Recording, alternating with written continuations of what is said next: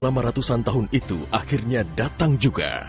17 Agustus 1945, Indonesia menyatakan dirinya merdeka sebagai sebuah negara yang berdaulat.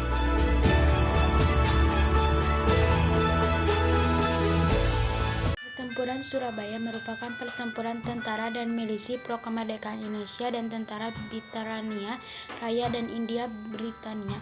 Puncaknya terjadi pada 10 November 1945. Pertempuran ini adalah perang pertama pasukan Indonesia dengan pasukan asing setelah proklamasi kemerdekaan Indonesia dan satu pertemuan terbesar dan terberat dalam sejarah Revolusi Nasional Indonesia yang menjadi simbol nasional atas perlawanan Indonesia terhadap kolonialisme. Usai pertempuran ini, dukungan rakyat Indonesia dan dunia internasional terhadap perjuangan kemerdekaan Indonesia semakin kuat. 10 November diperingati setiap tahun sebagai Hari Pahlawan di Indonesia. Latar belakang dan kronologi sejarahnya adalah tanggal 31 Agustus 1945 atau kurang lebih setengah bulan setelah proklamasi kemerdekaan. Pemerintah menyerukan bahwa mulai 1 September 1945 bendera merah putih dikibarkan di seluruh wilayah Indonesia. Dikutip dari Sejarah Nasional Indonesia, karya Marwati Dionaid Ponorogo dan Nugroho Susanto, para pemuda dan pejuang di Surabaya menurunkan dan merobek warna biru dalam triwarna bendera Belanda yang dikibarkan di Hotel Yamato 19 September 1945. Bendera tersebut kemudian dinaikkan kembali dengan menyisakan warna merah dan putih yang merupakan warna bendera Indonesia. Dampak pertempuran Surabaya.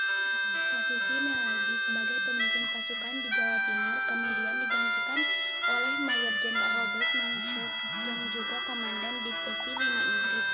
Major dalam Indonesia di abad ke-20 menuliskan tanggal 9 November 1945 mengeluarkan ultimatum kepada rakyat Surabaya yang isinya antara lain seluruh pemimpin Indonesia di Surabaya harus melaporkan diri. Seluruh senjata yang dipimpin pihak Indonesia di Surabaya harus diserahkan kepada Inggris. Para pemimpin Indonesia di Surabaya harus bersedia menandatangani pernyataan menyerah tanpa syarat. Para pemimpin perjuangan arak-arak Surabaya dan segenap rakyat tidak mengindahkan ancaman Inggris, maka terjadilah pertempuran besar di Surabaya pada 10 November 1945. Pertemuan ini menelan korban nyawa hingga ribuan jiwa.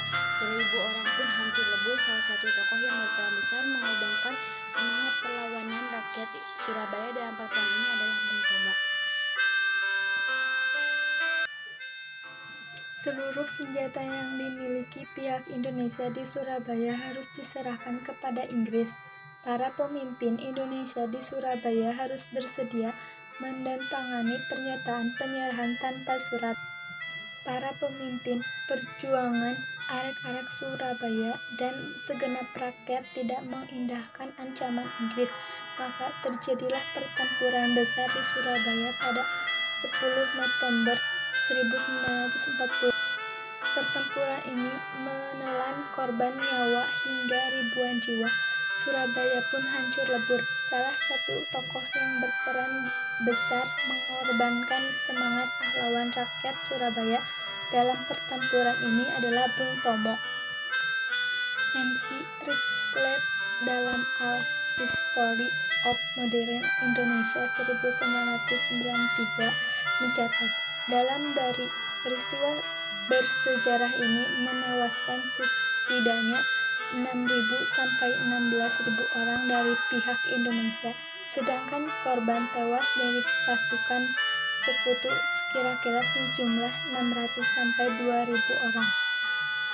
Tidak hanya itu, menurut Sir Seymour Brown Kirby adalah The War Against Japan 1965, tidak kurang dari 200.000 orang yang terdiri dari rakyat sipil terpaksa menguasai diri Surabaya ke daerah-daerah yang lebih aman akibat pecahnya pertempuran tersebut.